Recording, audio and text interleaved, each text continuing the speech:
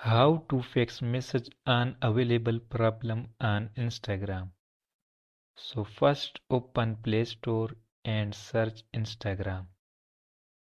First update your Instagram. After updating, open Instagram, click on profile, click on three line, tap on setting. Now click on help. Now click on report a problem.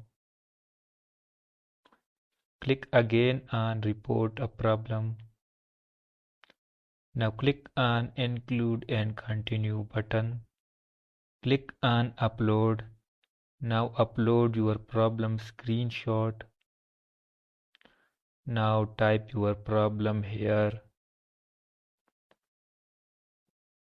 and click on send button. After 2-3 hours, your problem will be solved easily. Thanks for watching.